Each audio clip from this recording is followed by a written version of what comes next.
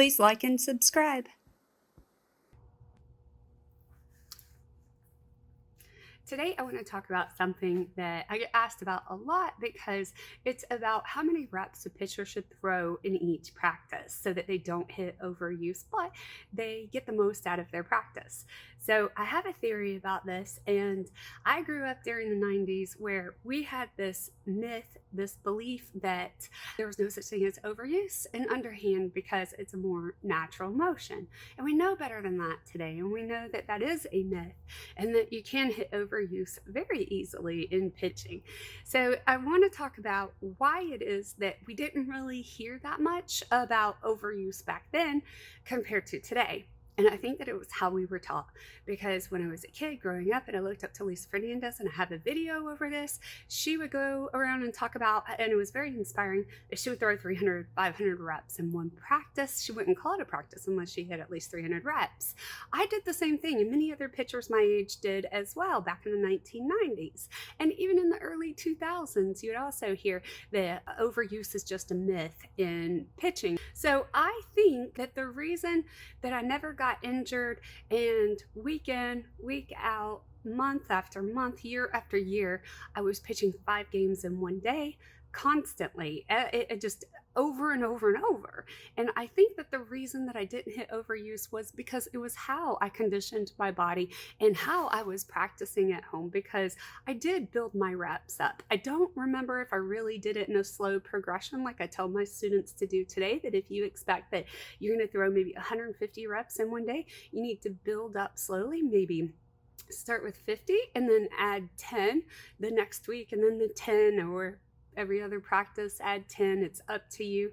I think every pitcher has a different threshold, and I think that I was very lucky that mine was very high, because I did at one point within a 26-hour period pitch 6 games in one day. And that is an incredible, that's horrible on your arm. And I'm surprised that I don't have arthritis, and I'm surprised that there's no I could have long-term damage and I just don't know about it yet, but let's hope not. But I know a lot of pitchers my age that did do that. It was very common to only have 1, maybe 2 pitchers on your team back then. So that build up and that, kind of working your body very intensely and getting it accustomed to throwing that many reps may be why we didn't get as injured back then. So why don't we do that today? I do believe that even though I could get as high up back then, this was really fast, into the low 60s when I was younger, I don't think I ever hit my true max. I think that I was always burning out my muscles and running myself into just a lot of muscle fatigue, week in, week out, month in, month out, year in, year out. So I think maybe I could have had a higher PR, higher personal record as far as what my fastest pitch was, had I treated my body right and trained myself properly. So what I tell my pitchers is whatever their max is that they're going to throw in one day. Maybe they get into a game where they're throwing extra innings, so maybe it's 150 reps in one day. Do a slow build to that. So maybe they're used to 50 reps, and then a couple practices later, bump it up 10 reps to 60, and then to 70, and then just keep this slow progression until they, get up to that number, whatever number that might be, that they will be expected to pitch in their tournament. And then that's it. It doesn't have to be 300 to 500 reps, Lord knows, like it was back when I was a kid. But having that good slow progression will build up your muscles so that you can withstand it and not get injured as easy. But I have to tell you, it's so important to make sure that you have a good pitching instructor that knows the body, knows what they're doing, not someone maybe young, fresh out of college that doesn't really know. They're just kind of teaching what they have been taught. But go to someone that's been to the NFCA conventions or the pitching summits, somebody who has been around for a long time, because I can tell you that when I was fresh out of college and I was telling these girls the more the reps, the merrier, that was not good advice. And I'm ashamed that I ever said that. But I do believe, and this is a little controversial, that we can go up close and do kind of high reps, maybe like 100 reps up close, and there's lower stress on the joints so that we can go at a higher number. So if I'm telling my pitchers, especially my beginners, not to go over 50 reps, well, I do feel that it's okay to go up close and maybe we're doing something easy where we're just tossing it in there so that we're just working on habit and muscle memory. Then I feel like it is okay to go 100 reps. And like I said, that is kind of controversial. Make sure that you're with a pitching instructor if you're going to go up to 100 reps doing anything, so that they are standing over you, making sure that you do have good form. That's one thing that I do throw out there that I'm not afraid to do, is doing something with about 50, maybe no more than 75% effort, and then going up in reps as long as it's easy on the body. You're taking the big muscles out. That's your leg drive, and you're just kind of isolating a certain mechanic over and over just to kind of get timing, rhythm, or just repatterning the order of the firing of the muscles to create good habit. So I do think that that is okay, and I do that often whenever we're trying to repattern habits and lessons. But again, it's very low stress on the body. I don't ever recommend that at 100%. I also wanted to add that I do not recommend going up close and tossing the ball in easy to reform, repattern habit to a student that I feel like cannot withstand high reps. So we end up going up close and doing a lot less reps with them.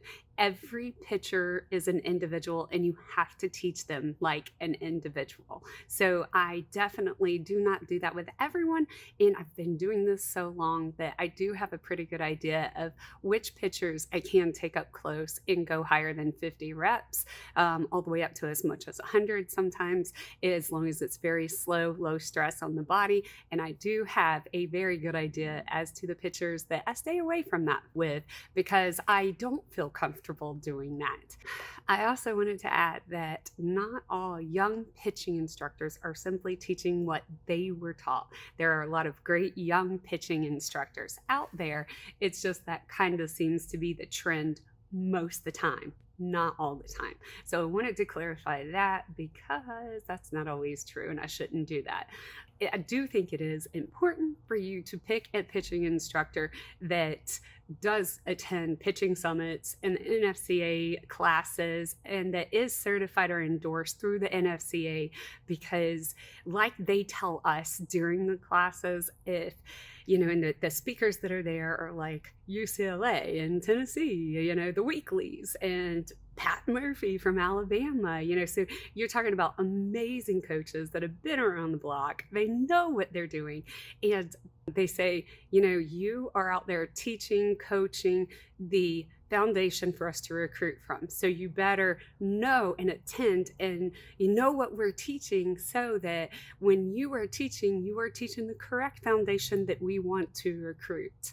And I see a lot of people out there not doing that. I highly recommend that if your daughter wants to pitch on the collegiate level one day, that she is being taught what those particular coaches want to recruit. So make sure you're going to a pitching instructor that knows the foundation to teach that they will want to recruit from. Also, I wanted to add how lucky I was that I did not get injured throwing that many reps. I did a lot of stupid, silly things when I was training when I was a kid, such as take a cannonball, a 1-pound ball, all the way back to second base and throw it about 100 times at the end of every single practice that I would pitch in, or every single practice that I would practice in at home. That was pretty stupid.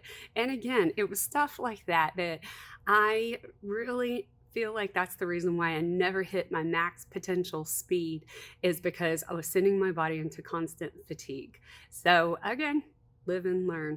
All right, adapt or die. And hopefully I've adapted out of that. And I would never, ever recommend any pitchers to do that either. Live and learn. Please remember to subscribe to my channel, because it really helps, and like the video, comment too if you would like. It will help me get ranked in the YouTube algorithm.